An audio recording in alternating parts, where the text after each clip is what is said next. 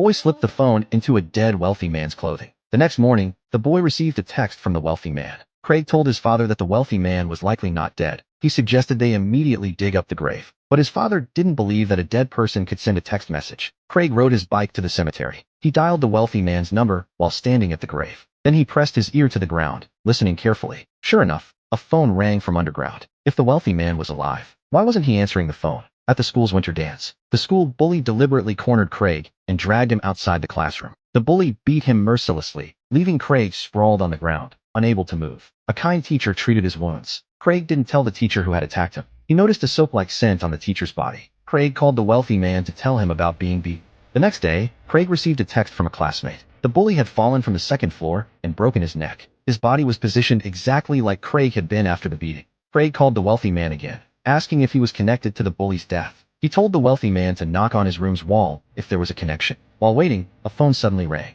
Craig was too scared to answer, waiting until the ringing stopped. After the ringtone died, he received a text message. Craig was terrified and threw his phone away. It was a message from the wealthy man. The next day, Craig bought a new phone. Calling the wealthy man's number now failed. Craig finally breathed a sigh of relief. He put the old phone in a box and hid it deep in his closet. Craig went on to attend college with excellent grades and enjoyed a happy time. One day, his father called. The high school teacher who had always cared most about Craig had died in a car accident while traveling. The driver, however, had avoided 4 years of jail time by entering alcohol rehabilitation. He had escaped legal punishment. The rehabilitation center was like a vacation resort for him. The driver showed no remorse. This infuriated Craig. He immediately drove home, retrieved the phone from the box, and called the wealthy man. He told him about the teacher's fatal accident and how the driver had avoided legal consequences. "I want him to die," Craig said. But after hanging up, Craig immediately regretted it. He began to worry about the driver's safety. Soon, Craig received news of the driver's death. To confirm it wasn't a coincidence, Craig disguised himself as a journalist and visited the rehab center. For $200, he learned from staff that the driver had died from swallowing half a bar of soap.